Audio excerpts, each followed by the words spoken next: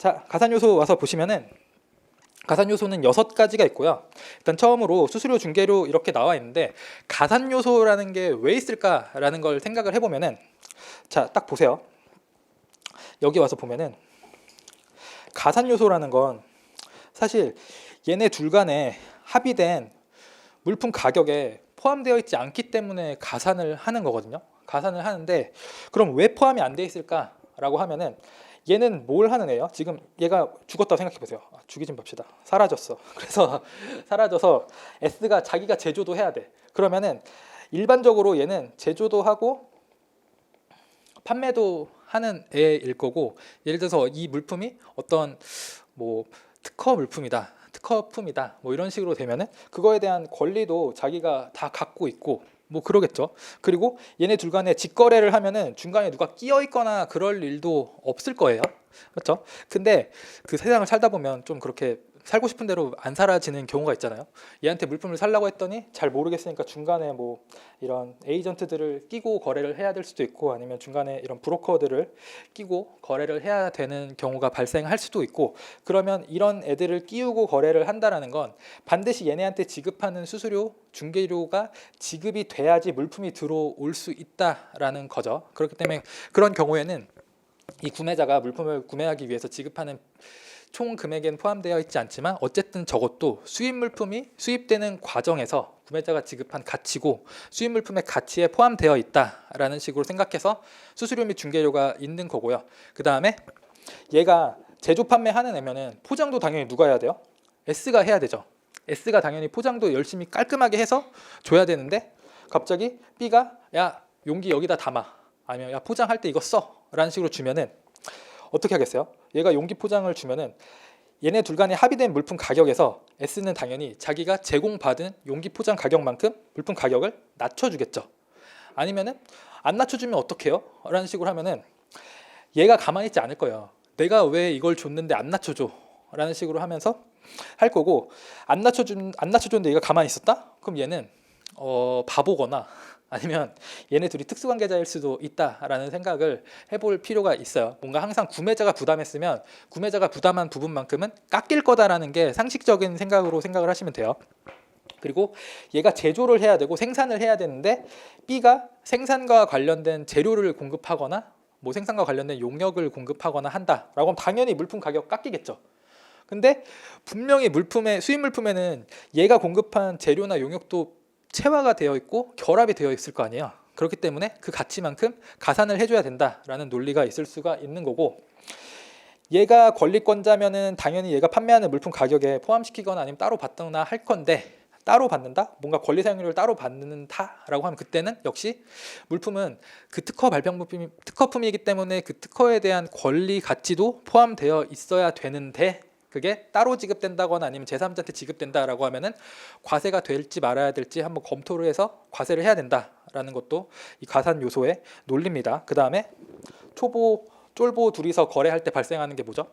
사후기속 이익이죠. 사후기속 이익이 있으면은 적절히 계산해서 더 조정해야 되고, 우리나라는 CIF 과세주의를 채택하고 있기 때문에 여기까지 올 때까지의 운임 보험료 기타 운송 관련 비용은 가산을 해야 된다라는 겁니다. 그러니까 간단하게 가산 요소가 없으려면 그냥 얘네 둘이서 쿨거래하면서 CIF로 하면 가산 요소가 있을 건덕지가 없어요. 직거래로. 맞죠? 그렇게 하면 되는데 뭔가 얘가 용기 포장을 공급한다든가 아니면 생산과 관련된 활동을 한다든가 아니면 물품과 권리가 따로 분리가 된다든가 아니면 직거래가 아니라 중간에 누가 낀다든가 뭐 이런 상황이 발생할 때 가산 요소가 발생할 수 있다라는 거고, 이런 것들이 좀 케이스가 많으니까 이런 건 가산 요소로 딱 규정을 해서 두고 있는 거라고 생각을 하시면 돼요. 이 부분에 대해서는 나중에 다시 설명을 드릴 거고, 그럼 수수료 및 중개료 쪽에서는 일단 구매자가 부담해야지 가산이 돼요. 구매자가 부담하지 않으면 누가 부담했겠어요? 판매자가 부담했겠죠. 맞죠? 구매자가 부담한 게 아니라면 판매자가 부담했을 거고, 판매자가 부담했으면 당연히 물품 가격에 녹아져 있을 거라고 생각을 하시면 돼요. 얘네 둘 간에 합의된 이 물품 가격이라는 거는 판매자가 제조하고 그 다음에 얘한테 판매하기 위해서 판매 활동도 열심히 했겠죠. 그 과정에서 발생한 모든 비용들 그리고 자기가 남겨먹고 싶어하는 그런 마진들이 다 반영돼서 자기가 희망하는 가격과 얘가 구매하기를 희망하는 가격의 그 절충선에서 이렇게 만나서 합의된 가격이란 말이에요. 그렇기 때문에 저어서 무슨 수수료 및 중개료가 발생했는데 구매자가 부담 안 하고 판매자가 부담했다라고 돼 있으면 그냥 우리는 물품 가격에 포함되어 있겠구나라고 생각을 하시면 돼요. 물품 가격이 포함이 안 돼 있으면 똑같습니다. 얘가 바보거나 얘가 뭐 원가 산출을 잘못한 거죠. 맞죠? 얘가 바보거나 아니면은 얘네 둘 간에 특수관계일 가능성이 있다라는 식으로 생각을 하시면 됩니다. 자, 그래서 구매자가 부담하는 경우에 가산이 되는 거고 이 수수료 및 중개료는 크게 세 가지로 쪼개집니다. 중개료로 쪼개지고 수수료는 판매 수수료 또는 구매 수수료로 나뉘어지거든요. 근데 아까 30조 1항 1호에 단서 규정에서 뭐라고 있었냐면 구매 수수료는 제외한다 라고 나와 있었죠. 그러니까 수수료 및 중개료는 이렇게 세 가지로 쪼개지는데 그 중에서 구매 수수료는 제외한다 라고 했으니까 가산되는 수수료 및 중개료라는 거는 판매 수수료랑 중개료라고 생각을 하시면 돼요. 그럼 판매 수수료, 구매 수수료, 중개료가 무엇인지 정확하게 알아야지 어떤 비용이 발생했을 때 이 비용이 어디에 해당할 것인가 라는 판단을 할 수가 있겠죠. 중요한 건 뭐냐면 수수료라고 하면은 대리인이라는 애들이 받을 거고요. 에이전트라는 애들이 받을 거고 중개료라고 하면은 중개인들, 브로커들이 받겠죠. 브로커들이 받을 건데 얘네가 어떻게 불리는지는 상관없어요. 얘네가 무슨 용역을 수행하는지를 봐야 되는 거예요. 맞죠?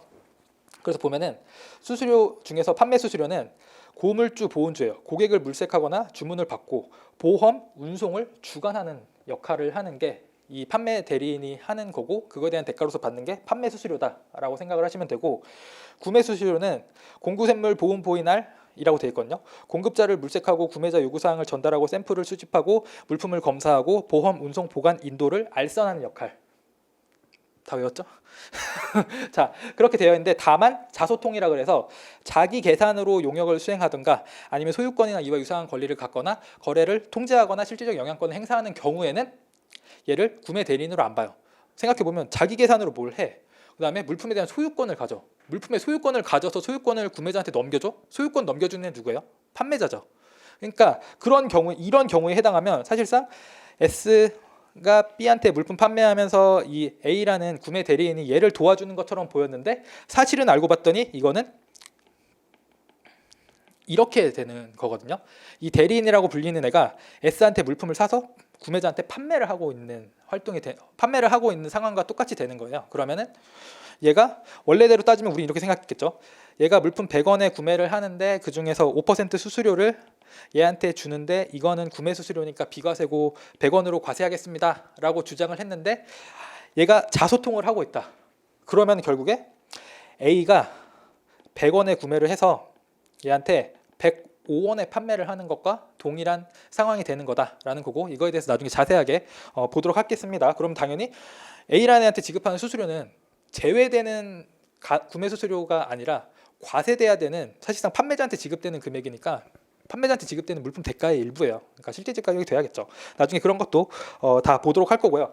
그러니까 이거는 제외되는 거니까 규정이 좀 많아요. 왜냐하면 커미션, 수수료만 있으면은 이 납세자는 앞에다가 뭐라고 쓰겠어요? 바잉이라고 써서 구매 수수료다라고 세관에 제출을 하겠죠. 그러니까 모든 뭐 사기쳐서 그렇게 한다는 게 아니라 뭔가 좀 아리송해. 그러면은 납세자 입장에서는 구매 수수료입니다라고 주장을 하고 싶을 거 아니에요. 이게 비과세니까. 맞죠? 그렇기 때문에 엄청 그것 때문에 과세관청과 납세 의무자가 많이 싸웠고 질문도 많아서 규정도 많고 지침도 많이 있습니다. 그 관련해서 입증은 어떻게 할 거냐라는 거에 대해서 뭐 문서로 하거나 아니면 실제적 사실로 해야 된다라는 지침의 내용도 있고요. 그다음에 중개료는 위에 봤었던 수수료와 다르게 중개료는 구매자랑 판매자가 동시에 도움을 받고 동시에 돈을 대요. 우리 공인중개사 통해서 집 뭐 구매하거나 전세하거나 뭐 어떤 매매를 하면은 구매자랑 그러니까 매도인과 매수인이 중개인에게 같이 수수료를 지급을 하죠. 맞죠? 근데 이 대리인들은 한쪽에서만 받아요. 한쪽에서만 받고 맞죠? 한쪽에서만 받고 우리 뭐 에이전트라고 하는 게 뭔가 누구를 위한 에이전트인 거지 뭐 누구 양쪽으로 양다리 걸치거나 그러지는 않잖아요. 맞죠? 그렇게 보면 되고요. 중개인은 뭐 하냐? 거래 알선 중개. 하고 있습니다. 그래서 국내 규정에서는 이 구매 수수료와 관련된 규정이 시행규칙 3조의 3에 나와 있거든요. 그래서 이거를 좀 나중에 여러분이 잘 외워 두셔야 될 거고, 그 다음에 고시에 나와 있는 이 규정도 있긴 한데 이것도 뭐 외워야 돼요. 외워야 되는데 여기는 판매 수수료에 대한 내용 자세하게 나와 있는 게 없어서 그냥 나중에 지침 보면서 정리된 걸로 외우면 되지 않을까라고 생각을 합니다.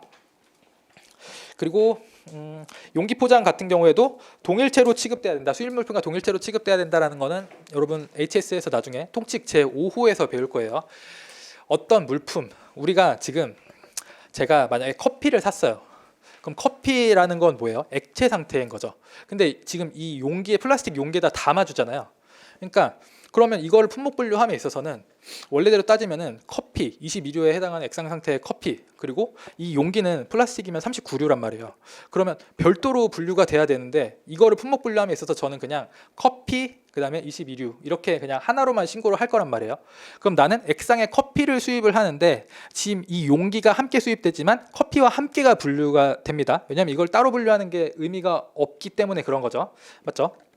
그런 것처럼 이런 용기인데 동일체로 취급되는 것을 구매자가 부담했다? 그럼 그때는 가산 요소로서 과세가 돼야 된다라는 식으로 생각하시면 돼요. 예를 들어서 여러분이 카페 가서 커피를 구매를 하는데 보통 커피가 뭐 아메리카노 뭐 2,000원이라고 치더라도 우리 또 저 같은 환경론자들은 친환경 좋아하시는 분들은 가서 뭐라 해요?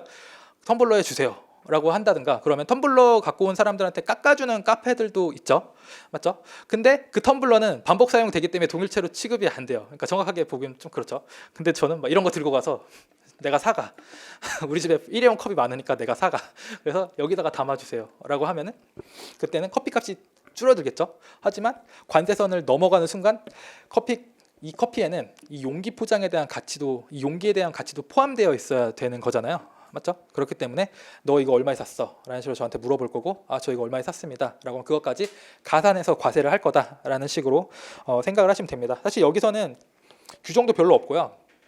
금방금방 넘어갈 건데 동일체로 취급 안 되는 것에 대해서는 조금 자세하게 볼 필요가 있거든요. 여긴 안 써 있지만 나중에 책에서 보면서 자세하게 보도록 하겠습니다. 근데 출제가 한 번도 안 돼서 안 나올 것 같은데 그래도 알아두셔야 돼요. 왜냐하면 협의회 결정사항에서 4번인가 검토를 했거든요. 그래서 반복 사용되는 용기인데 이런 경우에는 어떻게 처리할래? 뭐 이런 경우에 이 비용은 어떻게 처리할래? 뭐 이런 식으로 나왔던 게 있어서 그거에 대해서 나중에 검토를 할 거고, 그 다음에 생산 지원 금액과 권리 사용료는 관세평가 출제 10몇 년의 역사상 단 한 번도 안 나온 적이 없어요. 단 한 번도 안 나온 적이 없고, 이 두 개가 엮여서 나오는 형태의 사례도 거의 3년에 2번씩 나오거든요. 그러니까 문제가 3번 출제가 되면 그중에 2번은 나와요. 그러니까 나올 확률이 0.5%가 넘는 거죠. 5할이 넘는 수준으로 거의 출제가 되고 있기 때문에 가장 중요한 부분이 아닐까라고 생각을 하고, 자 보세요. 생산 지원 금액이라는 건 구매자가 생산 지원 물품 및 용역을 무료 또는 인하된 가격으로 공급을 했을 때 그 물품 및 용역과 관련된 가격이나 인하 차액을 적절히 배분해서 가산을 해주는 거거든요.